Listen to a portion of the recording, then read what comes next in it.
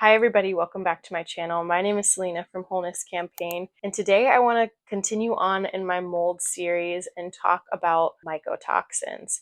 I'm going to give you a little bit of a background what they are, what they can do to your health, as well as some ways to detox from them and also remove them from your house. So we're going to run through it all. But mycotoxins are actually separate to mold, and they are the thing that actually can be more problematic. They are essentially naturally occurring toxins that are produced by mold.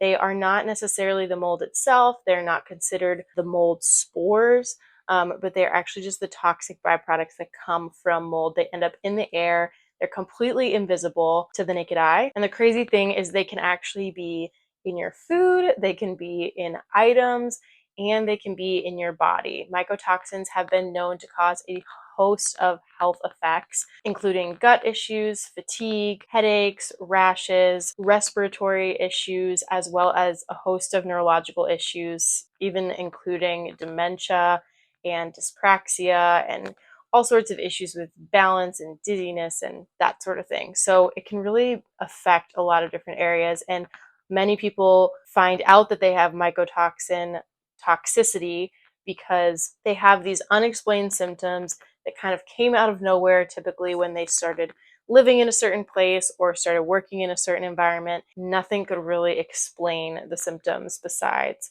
the environment. You can actually do a urine test to tell whether or not you have mycotoxins in your body, what the levels are. I will link a type of test in the description box below if you're interested in kind of testing.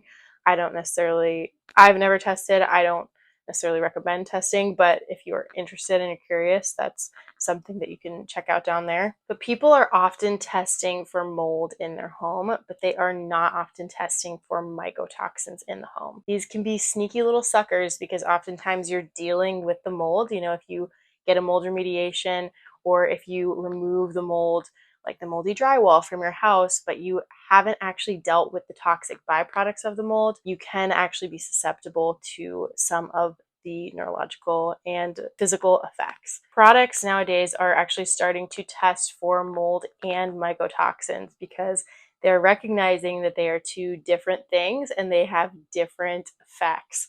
So you can actually find coffee that is mold and mycotoxin tested, particularly for coffee enemas. I think that would be pretty important. But lots of different products are starting to recognize this as being important. So it's something to check out if you use a product pretty regularly, like for example, coffee, to check and make sure that it's actually been tested for mold and mycotoxins, because coffee can be a breeding ground for all sorts of things in the manufacturing and shipping process that you may not be aware of. So let's start here with like, how do you remove mycotoxins from a house? You cannot just physically remove the mycotoxin. It doesn't work like that. You can remove the mold, but you can't actually just remove the mycotoxin. It actually is a byproduct that's in the air. So you have to address the air quality. And that's where some of these like at-home mycotoxin tests can sometimes come in handy. I've never done that. I've just treated my house as if it has had that because we've had mold in our house, so we can kind of assume that it has the toxic byproduct. Something to note is that air purifiers most of the time do not actually address mycotoxins. Air purifiers will address if there's spores in the air, it will address VOCs, like so gases that are in the air, but it's often not addressing the mold toxins because there's very specific materials that will filter mold toxins, and they can be kind of expensive. So some air purifiers do, some don't.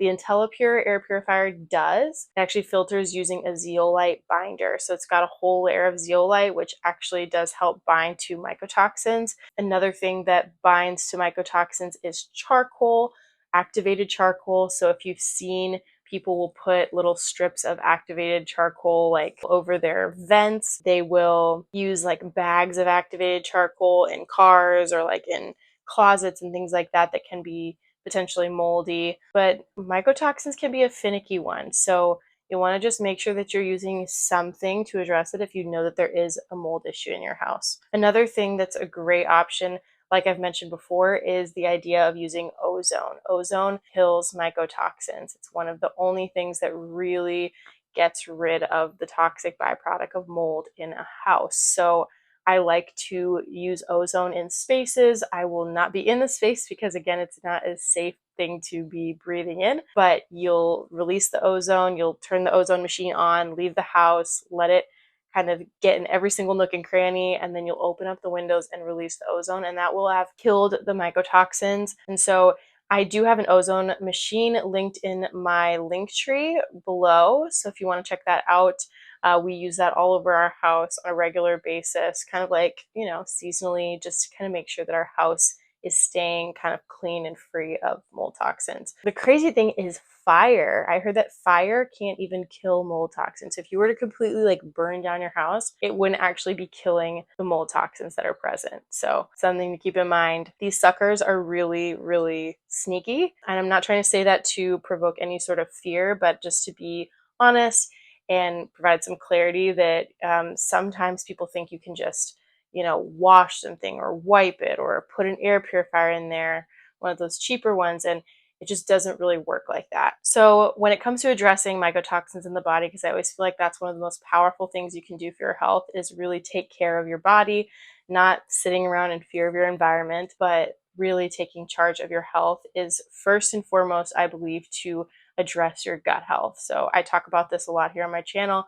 You really want to make sure that your gut is diversified, that it's cleansed, that you are managing the lining of your gut, the lining of your digestive system well, because it's that environment that makes your body either a hospitable place for mold or an inhospitable place for mold. And if you are opening those detox pathways, if you're really working the steps of kind of repopulating the gut microbiome and repairing the gut lining, then I really think you've got a much better chance of supporting your body's process through detoxing mold. Something kind of interesting is that coffee enemas are one of the only ways that gets mycotoxins out of your body, probably the most efficiently. Maybe not the only way, but is one of the most efficient ways to get mycotoxins out of your body because it's cleansing the liver.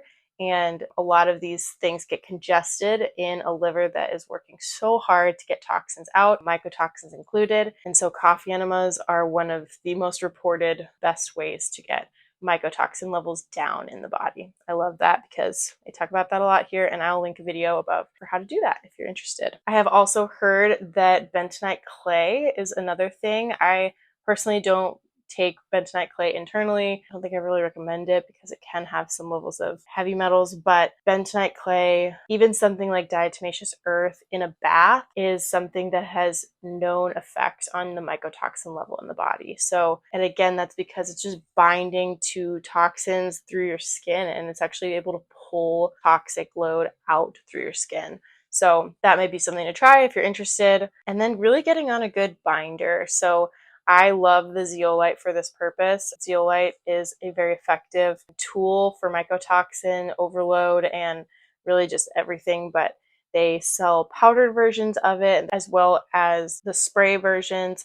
And I use a brand called Pure Body Extra, and we found really good results with that. So if you're interested in checking that out, all of these links are in the description box below. I hope this is helpful. I want to kind of empower you with the knowledge of managing mold in your body, managing it in your home, and helping you feel like you kind of have a foothold so that you're not kind of drowning in all the information out there, because there is a lot to learn. So I hope this video was helpful. Please like and subscribe to my channel. It is my passion to walk alongside people as they heal and grow.